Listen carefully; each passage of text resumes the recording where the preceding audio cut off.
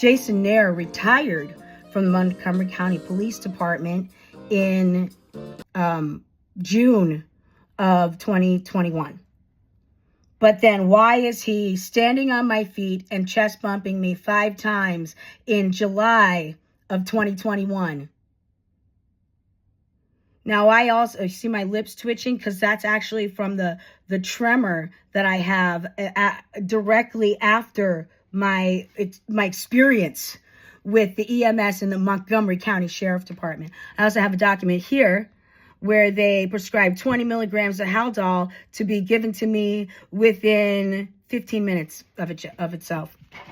They were ordered only 10 minutes after they arrived at my house, and then administered literally 10 minutes after they arrived. So, empathy.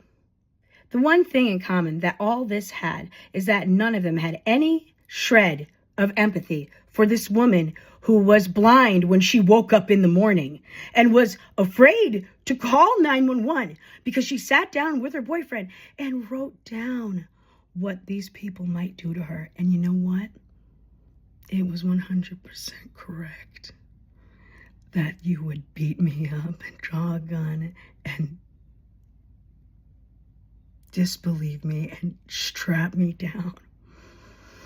Why did I know that?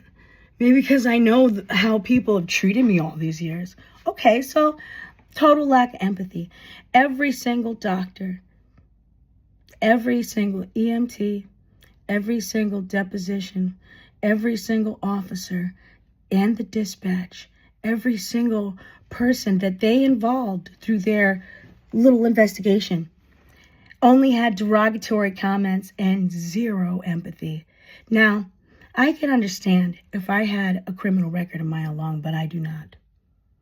No, I have a fabricated record of bogus traffic stops that go back to the 90s while they're trying to pad a history and try to criminalize traffic infractions and try to criminalize me for calling 911. I also have documents here that show the diagnosis with neurology of the aneurysm, to which I went back to talk to Mike Lewis. And what he did is egregious because he used his father's stroke to try to identify with me, to make me feel better. So I trusted him. And then all these papers say that he barely even has a mention to his stroke. So I went back in there to make my complaints about being railroaded, called Black Man on PCP. I didn't find that out till later because I had to request those documents. And they saw, all these police officers saw me tremoring and shaking and needing help to walk inside, watching me be unable to hold a pencil and write my name. They reduced me to literally not being able to sign my own name because I dared to call 911. Now, don't tell me that. I'm not going to get upset that I victimized them. Oh, to the contrary. And so, like I said, no, everything looked above the hilt. It would, if you looked at it from surface, it looks like I'm a demon. Oh, just a horrible, horrible person that all my neighbors hate me. But you know what you didn't see? And among all the doctors and all the people that they involved in this witch hunt and shit show that I called a stroke, which ended up being an unruptured brain aneurysm,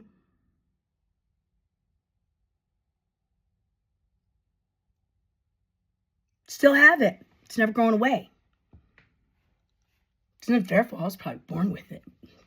Could think it's an rupture. The only reason it didn't is because I took 5 aspirins and then chased it with 3 shots of Bacardi. And then they came, roughed me up, injected me, and strapped me down. And then Mike Lewis said, when I said it was the police that attacked me in the emergency room, Mike Lewis said, "Oh, no, it wasn't."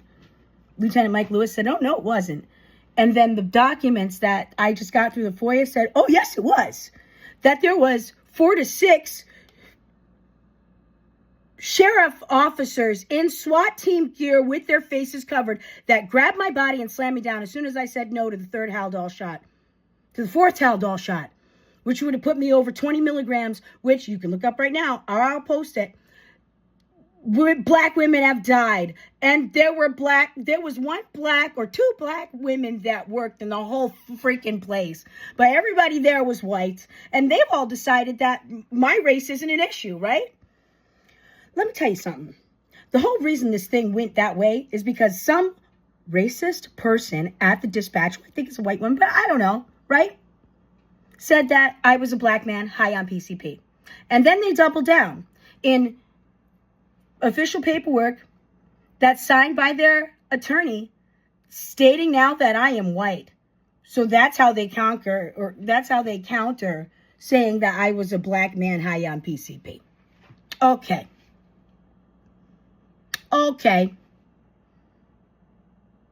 Right there, this just shows how they need black people to teach them about bias, because it shows their bias.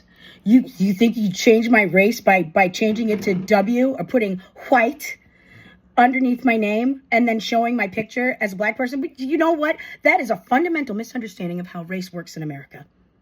And you clearly do not have anybody in your vicinity who has any idea of what they're talking about when they're talking about race, framing, racial framing, racialized violence against black women, and escalation.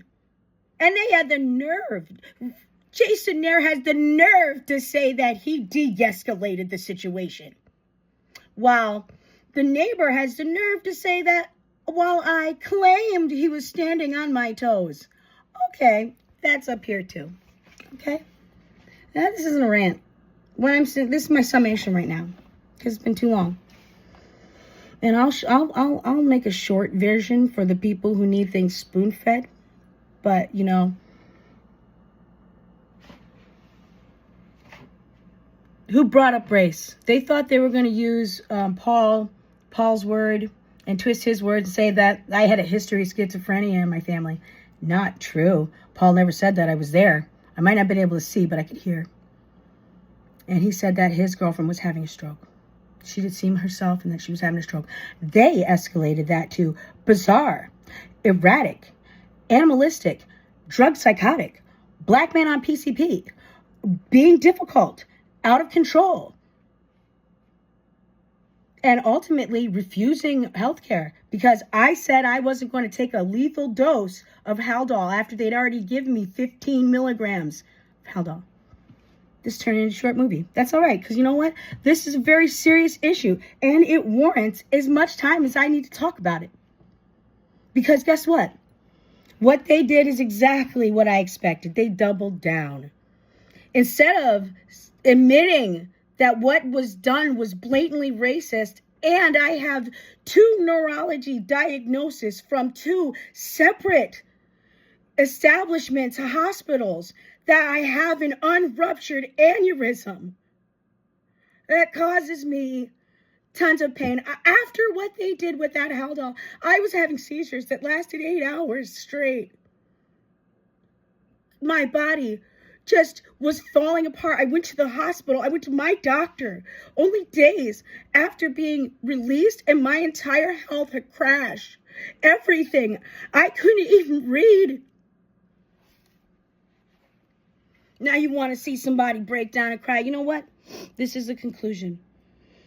No, sometimes it's not what's written down.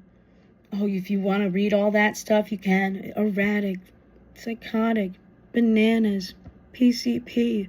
All those are justifications for them to try to take my life and my mind and damage my health and my psyche and inflict trauma and torture. They've been caught in lies.